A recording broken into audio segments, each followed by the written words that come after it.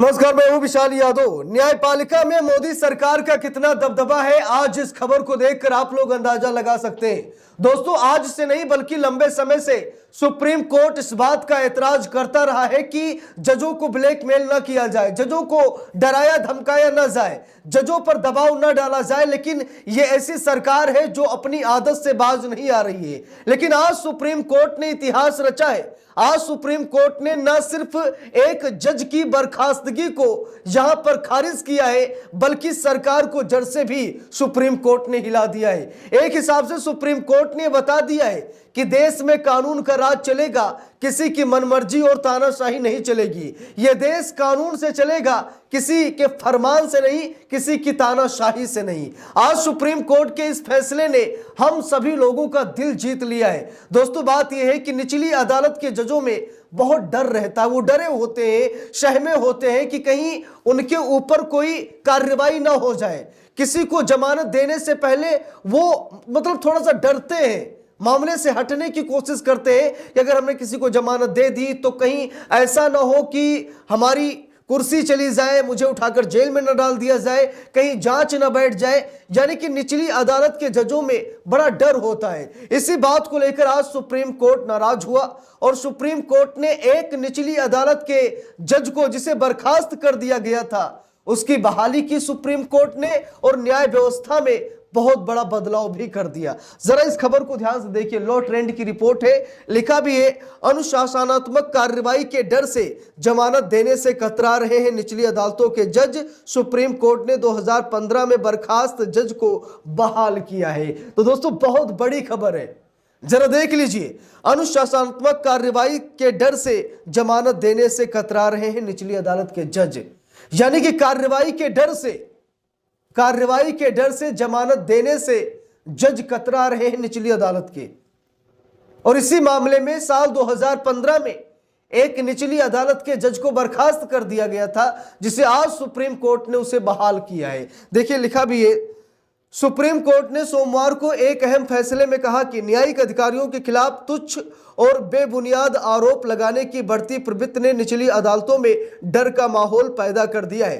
Court ने कहा कि इसी डर के कारण ट्रायल कोर्ट के जज जमानत देने से कतराते हैं, जिसका सीधा असर हाई कोर्ट और सुप्रीम कोर्ट पर पड़ता है, जहां जमानत याचिकाओं का अंबार लग जाता है। जरा गौर से इस खबर को देखिएगा। सुप्रीम कोर्ट ने क्या कहा कि निचली अदालतों के जजों में एक डर होता है, क्योंकि उनके खिलाफ झूठी शिकायत की जाती है, तुच्छ घटिया हरकत की जाती है। इसीलिए जमानत याचिकाओं का बोझ हाई कोर्ट और सुप्रीम कोर्ट पर पड़ता है, क्योंकि निचली अदालत के जज इससे कतराते हैं, डरते हैं जमानत देने से। क्यों? क्योंकि भाई बात यह है कि उन पर दबाव पड़ जाता है, उन्हें डराया धमकाया जाता है। इसीलिए निचली अदालत के जज जमानत देने से डरते हैं। इसी बात को लेकर सुप्रीम कोर्ट नाराज हुआ और सुप्रीम कोर्ट ने कहीं न कहीं निचली अदालत के जजों में हिम्मत बांधी और सुप्रीम कोर्ट ने कहा कि आप जमानत दीजिए। अगर कोई झूठी शिकायत करता है, कोई घटिया हरकत करता है, तो उसे कतई माफ नहीं किया जाएगा। देखिए, यहां पर लिखा भी है, जस्टिस जेबी पर्दीवाला और जस्टिस केबी विश्वनाथन की पीठ ने यह टिप्पणी मध्य प्रदेश के एक न्यायिक अधिकारी निर्भय सिंह सुलिया की बर्खास्तगी को रद्द करते हुए सुलिया को 27 साल की सेवा के बाद 2015 में सेवा से हटा दिया गया था। ईमानदार जजों की सुरक्षा जरूरी। सुप्रीम कोर्ट कह रहा है कि जो ईमानदार जज हैं उनकी सुरक्षा बहुत जरूरी है। लिखा भी है, शीर्ष अदालत ने भारतीय न्याय प्रणाली में एक गंभीर प्रणालीगत मुद्दे को रेखांकित किया। पीठ ने कहा कि अक्सर ईमानदार अधिकारियों को असंतुष्ट वादियों के गुस्से का शिकार होना पड़ता है, जो अपने पक्ष में आदेश न आने पर जजों के खिलाफ झूठी शिकायतें दर्ज करा देते हैं। तो यहां पर सुप्रीम कोर्ट ने कहा कि जो ईमानदार जज है उनकी सुरक्षा करनी चाहिए, क्योंकि कुछ ऐसे लोग हैं जिनके पक्ष में अगर फैसला ना आए तो वो लोग उस जज के खिलाफ शिकायत दर्ज करा देते हैं। देखिए, लिखा भी है, कोर्ट ने कहा यही कारण है कि निचली न्यायपालिका के अधिकारी जमानत देने में संकोच करते हैं और हाई कोर्ट तथा सुप्रीम कोर्ट जमानत याचिकाओं के बोझ तले दब जाते हैं। लिखा, कोर्ट ने साफ साफ कहा कि भाई ये जो जजों को डराया धमकाया जाता है, इससे न्यायपालिका की छवि खराब होती है। ऊपर से हाई कोर्ट और सुप्रीम कोर्ट में जमानत याचिकाओं का बोझ लद जाता है। हालांकि कोर्ट ने यह भी स्पष्ट किया कि भ्रष्टाचार में लिप्त काली भेड़ों यानी कि भ्रष्ट अधिकारियों को बाहर करने के लिए सख्त आपराधिक कार्रवाई की जानी चाहिए, लेकिन केवल फैसलों में गलती होने पर अनुशासनात्मक कार्रवाई शुरू करने से पहले हाई कोर्ट को अत्यधिक सावधानी बरतनी चाहिए।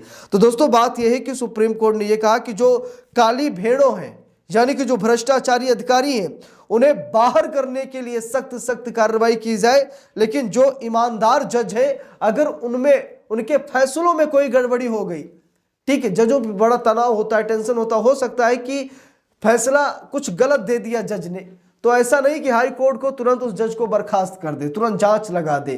तो इस मामले में हाई कोर्ट को ध्यान देना चाहिए कि चलिए ठीक है, निचली अदालत के जज ने जो किया है वो सही है गलत है, उसकी जांच करें, उसके आधार पर उसे समझा दिया जाए, ना कि उसे जांच उसके पीछे लगा दी जाए, ना ही उसे बर्खास्त किया जाए।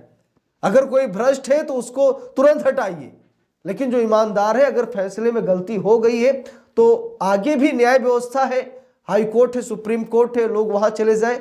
तो ऐसा नहीं कि जज के पीछे तुरंत जांच ही बैठा दी जाए।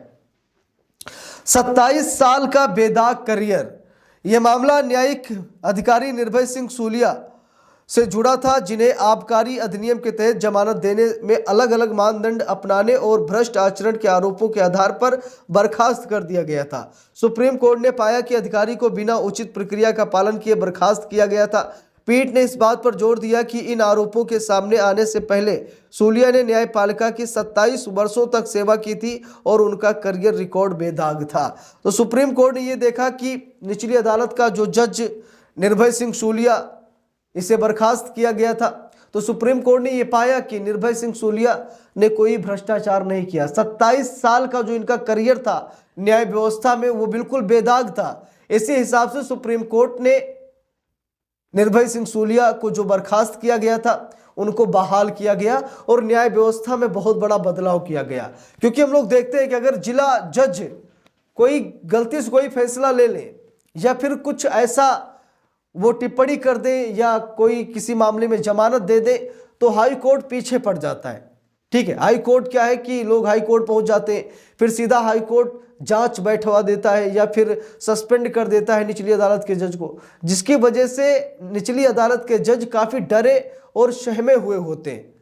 उनमें इस बात का डर रहता है कि अगर मैंने किसी को जमानत दे दिया तो लोग हाई कोर्ट चले जाएंगे, मेरी शिकायत करेंगे हाई कोर्ट में, हाई कोर्ट जांच बैठा देगा, हाई कोर्ट हमें सस्पेंड कर देगा। यानी कि इसी वजह से निचली अदालत के जज जमानत देने से कतराते हैं, लेकिन अब ऐसा नहीं होगा। न्याय व्यवस्था में बहुत बड़ा बदलाव सुप्रीम कोर्ट ने कर दिया है। तो इस पूरे मामले पर आप लोगों की क्या राय है कमेंट करके जरूर बताइएगा। वीडियो को लाइक शेयर, अगर चैनल पर नए हैं सब्सक्राइब करके सपोर्ट कीजिएगा। मिलते हैं दूसरी वीडियो में, तब तक के लिए बहुत बहुत धन्यवाद।